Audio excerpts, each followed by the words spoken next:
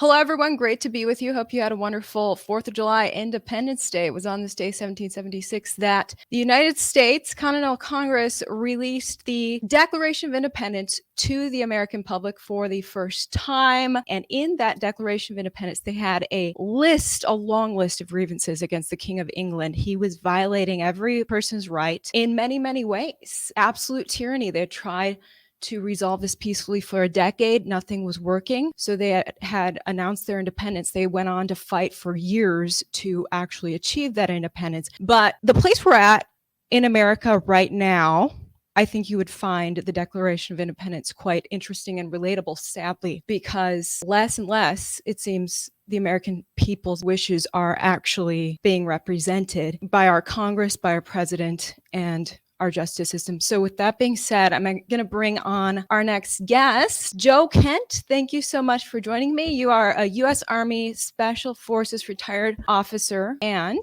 current candidate for Congress in Washington's 3rd District. Thanks for joining me.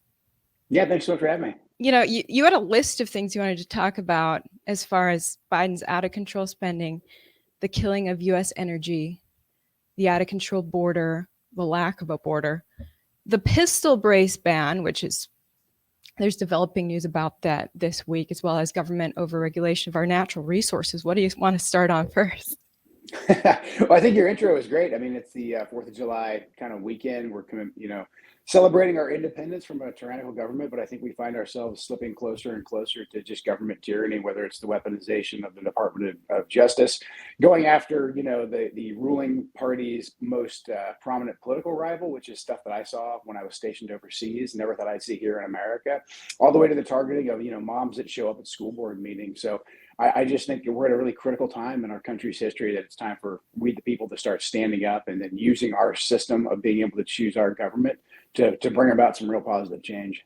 You know, it's good to have people like you running for Congress, because it seems, a lot of my viewers keep saying we need to just gut out the Congress. They don't trust the Republicans or the Democrats right now.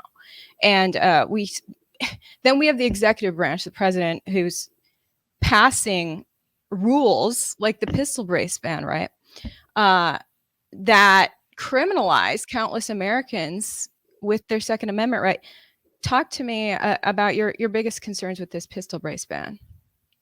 Well, the biggest concern is I think twofold. Number one, there's just the infringement on our Second Amendment rights in general. But I mean, more broader speaking, the most people that possess these pistol braces, they have no idea, unless they're very closely following the news, that they have been declared a felon overnight by the Biden administration. And unfortunately, basically every Democrat in Congress voted to uphold this. Republicans recently put forward legislation trying to repeal Biden's unconstitutional pistol brace ban because it would make 29 million Americans felons overnight.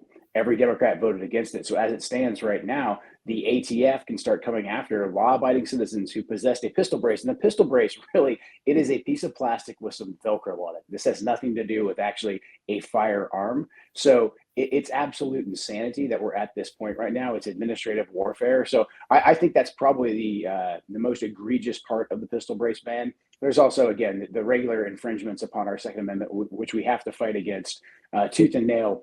But this is just so, I think, administratively devious that we really need to call people's attention to it. Shout out to my sponsor, my Patrlot Supply. Friends, our food shortages next could be the way things are going. The entire food supply system could break down. Are you ready? Do you have at least 3 months worth of food stocked up? If not, go to preparewithivory.com. You can save $80 on a 4-week food supply. That's less than $3 per meal from my Patrlot Supply.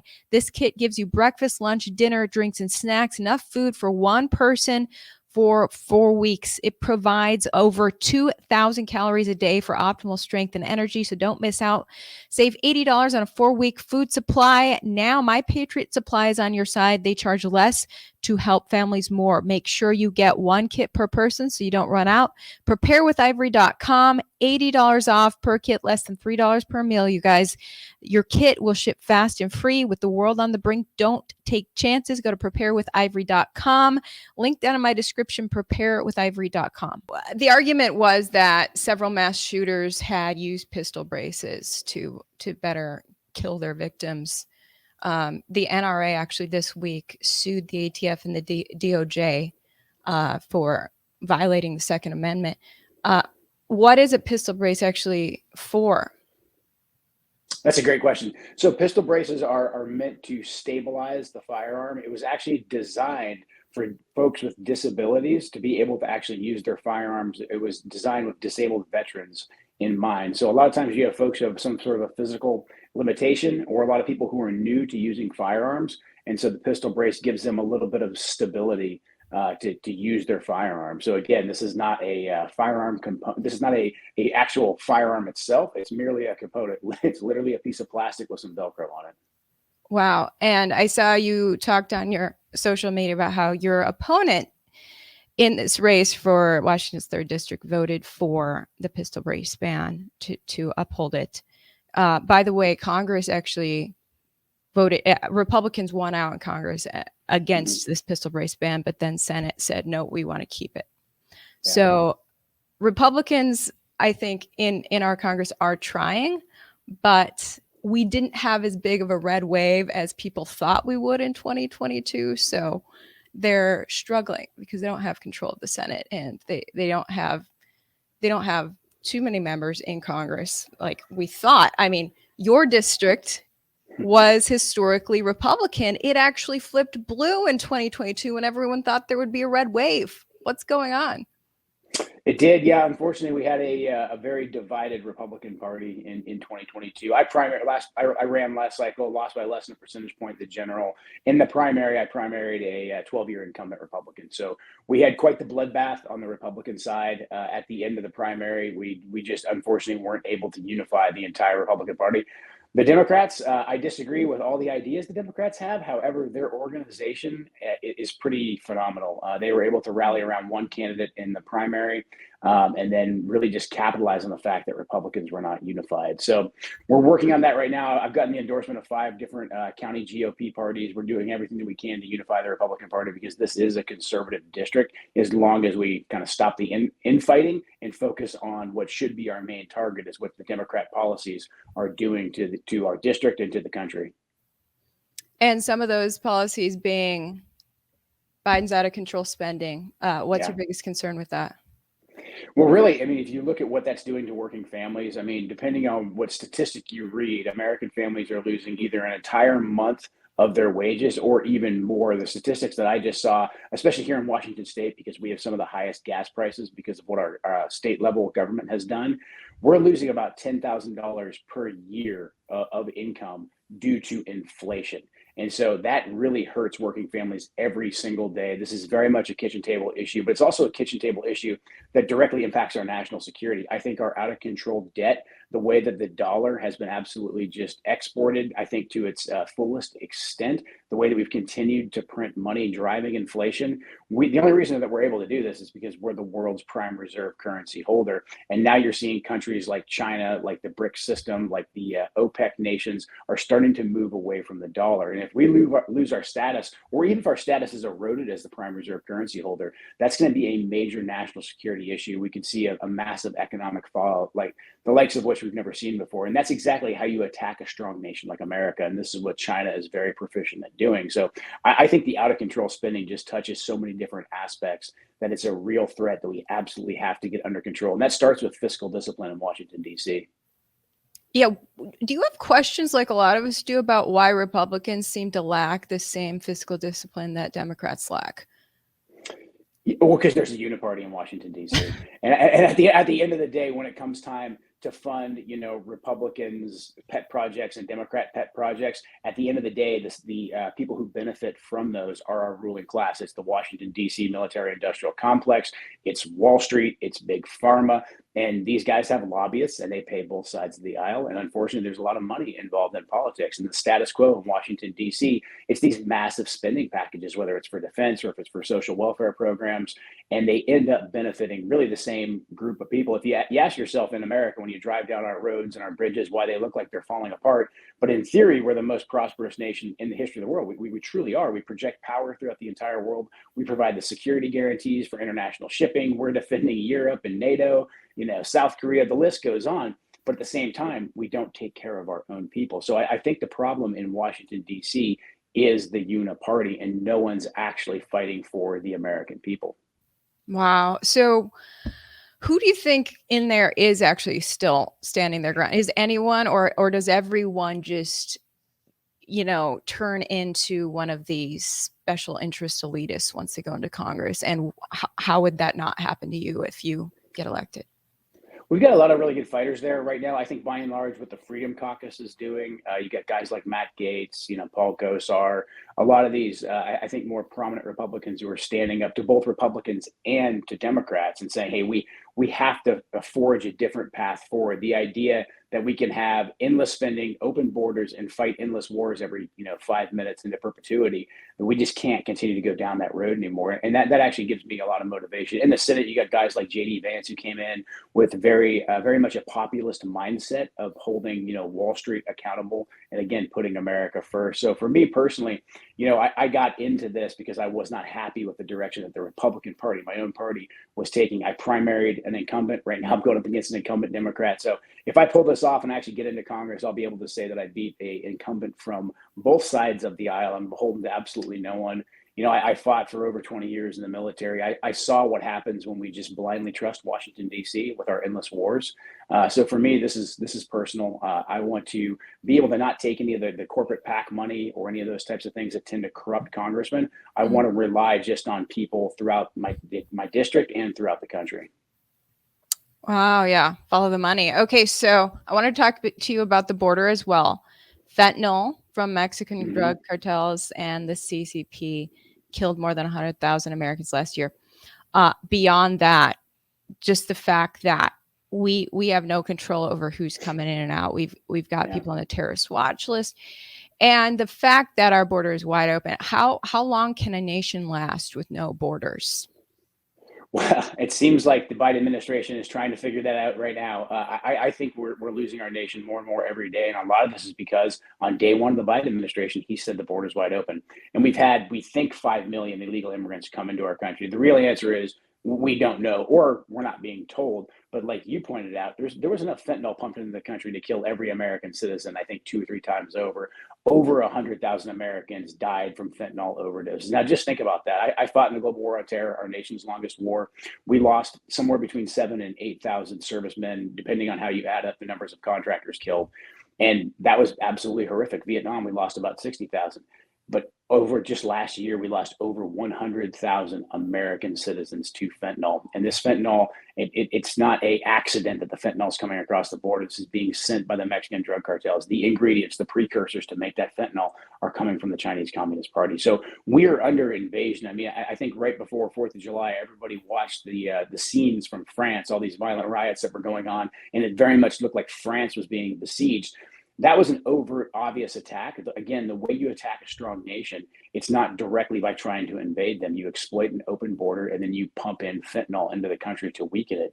So I just think this is such a major, vital national security interest. The fact that we don't have the military mobilized down there to the border to stop the bleeding, to cut off the flow, and the fact that we're not aggressively going after and deporting people who have entered our country illegally just speaks to the financial incentives behind illegal immigration, but also just how corrupt and just absolutely feckless the Biden administration is. Well, they specifically, as soon as Biden came into the office, one of the first things he did is said, let's get rid of all of Trump's policies that were actually starting to limit the influx of illegal immigration. So Biden purposely undid all of that. And then sure enough, we see this big surge. And actually, that's why Marjorie Taylor Greene filed articles of impeachment against Biden in May, was primarily due to what appears to be very intentional acts by our executive branch to delete our border. Yet she's receiving almost no attention for filing these articles of impeachment. You have said, I read that you've said you would impeach Biden as well. 100%. I think Marjorie Taylor Greene was spot on. She said that early back in 2021. I think Representative Boebert just reintroduced similar articles, tying Biden's high crimes and misdemeanors to what's happening on the border. Look, it's been almost, we're on what, year 2.5 of the Biden administration. This wasn't a mistake. They didn't just accidentally try out a policy and it kind of backfired. If that was the case, they easily could have course corrected by now. They could have come up with some sort of a Biden plan, to reinstitute, remain in Mexico, to get some additional resources down there. But they didn't do that. They've been running a controlled flow of illegal immigrants and fentanyl into our country. And so for me, I think that meets the standards of high crimes and misdemeanors and justifies Biden being impeached immediately. I also want to ask you about what's going on with this Canadian wildfire smoke, maybe some American wildfire smoke too. You posted about it this week. Apparently it's getting smoky there in Washington again. It is. So yeah, Pacific Northwest, where I'm from, it's timber country. That's really the leading industry here. It's really been very much gutted by government overregulation. The EPA has really killed off the timber industry, destroyed a lot of jobs here in the Pacific Northwest. And I thought it was interesting about 2-3 weeks ago when the northeastern Canadian wildfire smoke was flooding the Northeast. And look, we deal with this every single summer out on the West Coast and the Pacific Northwest. And this is not because of climate change or anything like that. Forests don't spontaneously combust when we have hot weather. Forest fires are natural. Many of them are man-made, but some of them are natural. They happen all the time. The problem is we don't actually tame our forests anymore. We don't go in and actually harvest timber. We don't clear underbrush. The logging roads that were once maintained as part of the timber industry, they're not maintained anymore. So now when forest fires are spotted in a rural location, it's almost impossible for fire crews to get out there in a timely fashion. And that's exactly what happened up in Canada in the Northeast. And then again, we just over the last weekend, we had our first wildfire of the season here in Southwest Washington. Every July, it gets dry. We're known for our rain, but that takes place during the other three seasons of the year. Summers are really dry, but because our forests and our underbrush isn't maintained anymore, every time there's one fire incident, it spreads literally like wildfire. Now, the Green Lobby will tell you this is all because of climate change. And this is not due to climate change. This is just because we don't manage our forests anymore. And the tragic thing is, at the same time we stopped managing our forests and got these forest fires, we shipped an entire industry by and large overseas, or simply just killed it off at the altar of environmentalism. Wow, that's so interesting because my dad was a logger. I'm from Wisconsin, another big logging area. And he would always talk about how they would log in a certain way that would actually maintain the forest, like you said, to prevent fire. And if you let a forest grow rampantly, actually, it does worse things to the forest, and people don't understand. Anyway, so you're basically validating what my dad used to say about logging. Were there policies put in place at some point that said people are not allowed to log like they used to? Yeah, two major factors. If you remember, if you just Google spotted owl, there's a huge spotted owl crisis. It's an endangered species out here in the Pacific Northwest. Its habitats are in a lot of our forests. So the spotted owl was basically used as a reason to stop a lot of the logging. But also, we had a major issue with just simple government overregulation. It became very, very costly for these companies to go in and actually harvest timber here in the Pacific Northwest. So administrative warfare, it was essentially how many different organizations are in charge of our forests. And we still struggle from this today here in the district. But then also we had the offshoring of a lot of the sawmills and lumber production and pulp and paper production facilities. A lot of those were shipped overseas to foreign labor markets, primarily in Asia. So now the tragic thing is the little bit of timber that we actually do harvest here, you'll see it. You see the logging trucks, they go to the port and they ship it off overseas, and then the goods are returned back here, the lumber, the pulp, and the paper, and we pay an exorbitant price for them, which is crazy because we shut down, we took away those jobs from our district. Same thing with the vast majority of the industrial base you always hear about, Ohio and Pennsylvania. It's the exact same story. We took those jobs, we gutted them from our communities. We pay now much higher costs on the goods that are produced from that timber. And then at the same time, every single summer, because the underbrush isn't being maintained, the logging runs aren't being maintained, tragically, our forests burn. Wow. What a shame. Well, I know there's been a narrative in the media, people believe, well, if we log too much, we're going to have deforestation. But people don't understand how quickly the forests actually grow back. Yeah, exactly. And like you said, I mean, if you talk to any logger, the last people that want to go and clear cut the entire forest, it's loggers, it's the timber industry. These people know how to make a sustainable living off of timber. You cut selective areas, you limit the amount of clear cut that goes on, you protect the old growth forest at all costs. And part of protecting the old growth forest is actually clearing the underbrush so that when there is a fire, it doesn't automatically go up like a box of kindling. Loggers have incentive to have healthy, thick That's forests. right. That's right. Otherwise, they That's go out of right. business. Exactly. Okay, I wanted to ask you, running as a Republican in blue Washington State, there's this debate across America, actually, of like, well, you got to make yourself more centered. You can't be too far right or too far left. Otherwise, people are not going to vote for you. But a lot of Republicans say, I'm not going to vote for someone who's half Democrat. So what's your strategy here? My strategy is to say, hey, I'm a Republican. The easiest thing for people to do is to come hear me speak. I did over 300 town halls last time I ran. I plan on doing the same thing, just making myself accessible. Because when we talk about these policies, we talk about responsible forest management. We talk about actually sealing off our border. We talk about driving the cost of living down for every single American. I honestly, I don't think these are Republican or Democrat issues. I think they're just common sense. And so I don't feel a need to try to speak to different ways to different audiences. I think our policies do sell themselves. Now, like you said, it's challenging to run with that R by your name in a blue state like Washington. The media comes after you. That's why I'm grateful for podcasts and independent media. So we do struggle, I think, with kind of controlling the narrative. But once we actually get our policies out there, I think we win in the end. And something else that I really like to point out is just how radical the Democrats are. My challenge is show me a moderate Democrat. I mean, the vast majority of Democrats, to include my opponent, they support biological males going into our daughters' locker rooms, competing against them in sports. How is that moderate? They support abortion up to the 9th month. They support killing off U.S.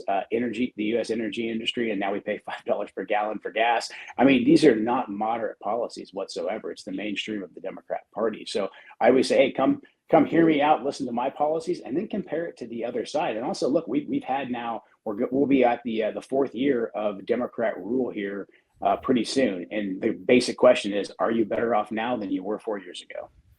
Wow. Okay, I want to ask you about how elections work in Washington State too, though, because I was asked to speak out there a year or two ago, and I was sitting at this dinner with a lot of Republicans, and they talked to me about the the laws for voting in Washington State, and the fact that this is going to go on YouTube, so I'm going to word it like this: you can go.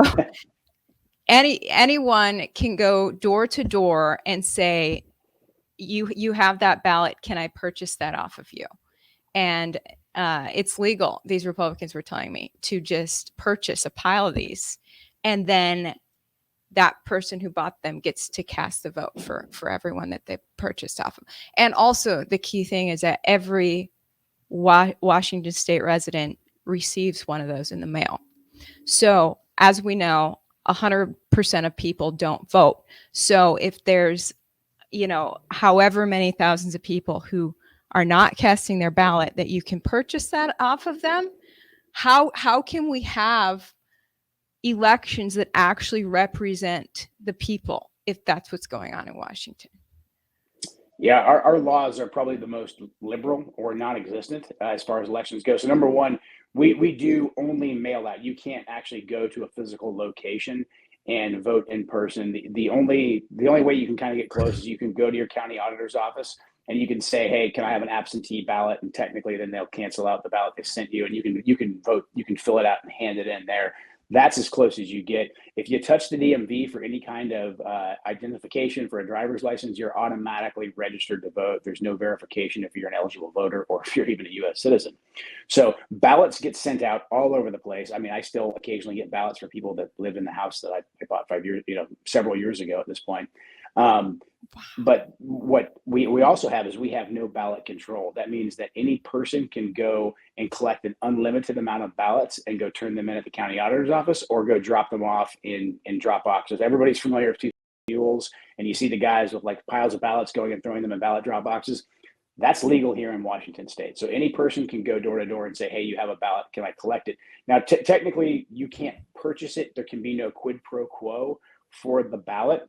But what the Democrats have done a good job of is they've exploited all the legal. It's not even a legal loophole. It's just written into the way our laws, our elections are conducted. The Democrats aggressively chase ballots.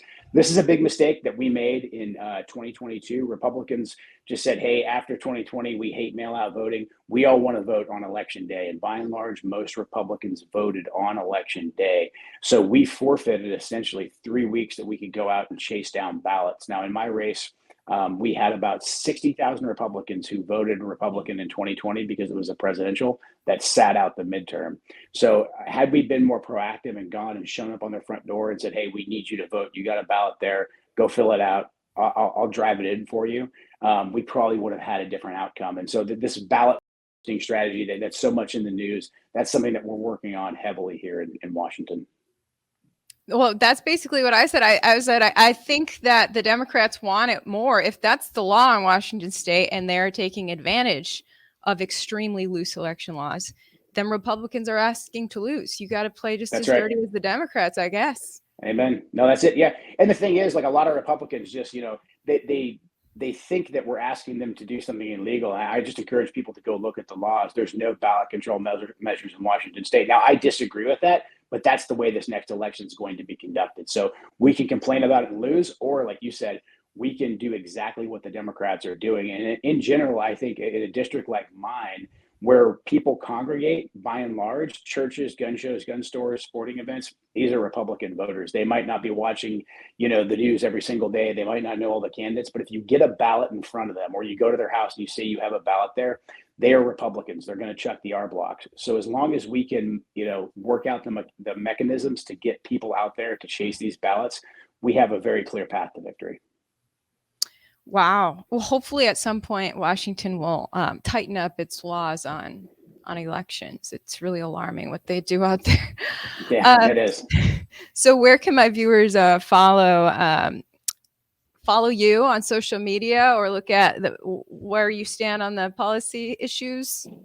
Sure. JoeKentForCongress.com. That's the touch point. All my social medias are on there. On Twitter, Getter, and all the major socials, it's just Joe Kent 16 JAN 19. Awesome. Okay. Thank you so much. All the best to you. to you. Thank you so much for having me.